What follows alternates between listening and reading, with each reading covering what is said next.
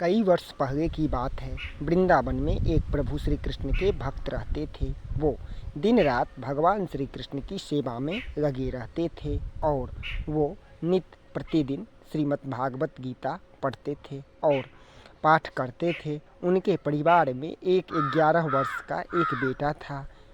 एक दिन दूर के गांव से भागवत गीता पढ़ने का न्योता आया। वो जाना तो नहीं चाहते थे, लेकिन जाना पड़ा।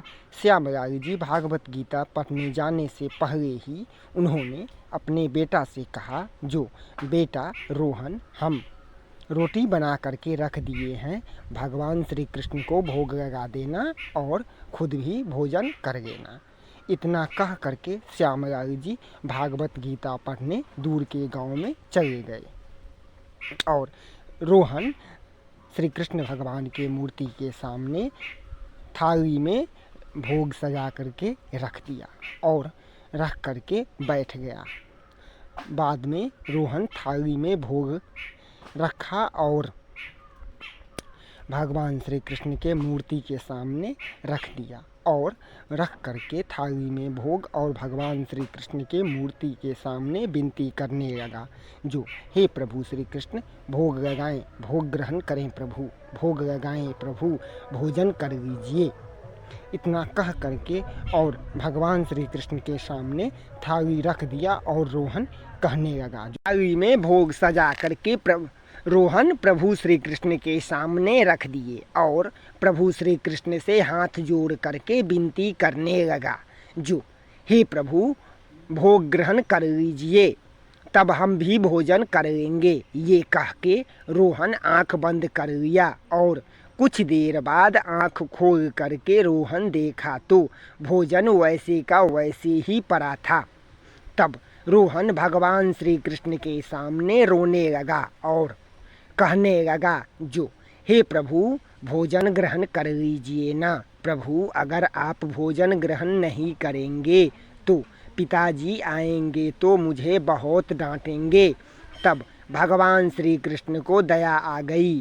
श्री कृष्ण भगवान बाल गोपाल के रूप में भोजन करने लगे और रोहन बहुत ही खुश हो गया जब देखा जो श्री कृष्ण भगवान बाल गोपाल के रूप में भोजन कर रहे हैं।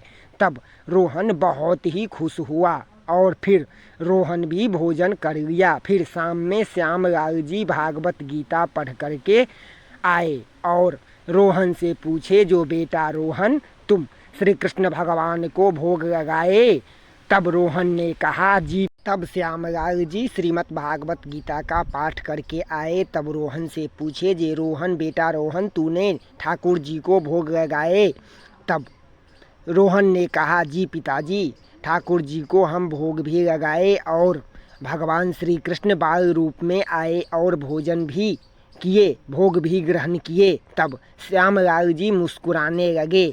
उनका रोज का काम हो गया, जो श्यामलाल जी सुबह भोजन बना करके चले जाते श्रीमद् भागवत गीता का पाठ करने के लिए और रोहन ठाकुर जी को भोग लगा देता और बाल श्री कृष्ण बाल रूप में आते और भोग ग्रहण कर लेते।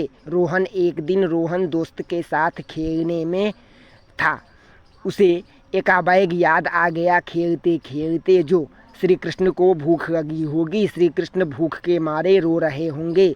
तो रोहन दौड़ता हुआ आया और बाल गोपाल श्री कृष्ण को भोग लगाए और भगवान श्री कृष्ण बाल रूप में आए और भोजन भी किए। एक दिन श्यामलाल जी के मन में आया, जो रोहन ये श्री कृष्ण भगवान को भोग लगाता है तो श्री कृष्ण भगवान भोग लगता तो सच में बाल गोपाल श्री कृष्ण भोजन करने आते।